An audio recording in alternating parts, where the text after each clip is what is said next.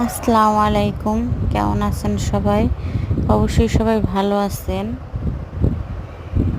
তো আজকে আমি যে রান্নাটা নিয়ে আসছি এটা সবাই পারেন, সবাই জানেন। তারপর আমি আজকে রান্না করছি এই জন্য শেয়ার করলাম। তো গরমের দিনে বা বর্ষাকালে পেঁপে পেঁপে দিয়ে এরকম করে ডাল রান্না করে কারা খান, আমরা কিন্তু খাই এটা।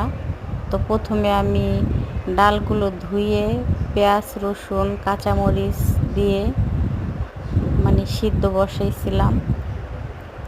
ডালটা সিদ্ধ হওয়ার পরে ফুটে যাওয়ার পরে আমি একটা চামচ দিয়ে ঘুটে নিয়ে এখন ডালটার মধ্যে পানি দিয়ে দিছি পরিমাণ মতো।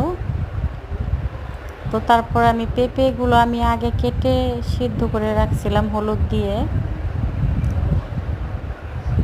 তো ডালটা বলকানোর পরে আমি পেঁপেটা দিয়ে দিছি, সিদ্ধ পেঁপেটা।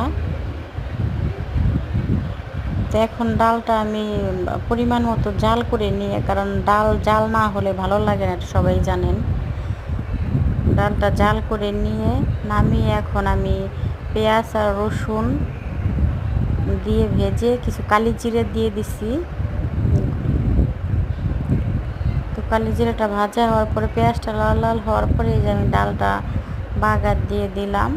এই যে আমার ডালের ফাইনাল লুক।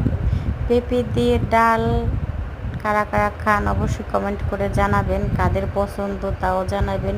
ভিডিওটি ভালো লাগলে অবশ্যই লাইক কমেন্ট শেয়ার করবেন, সাবস্ক্রাইব করবেন। আল্লাহ হাফেজ।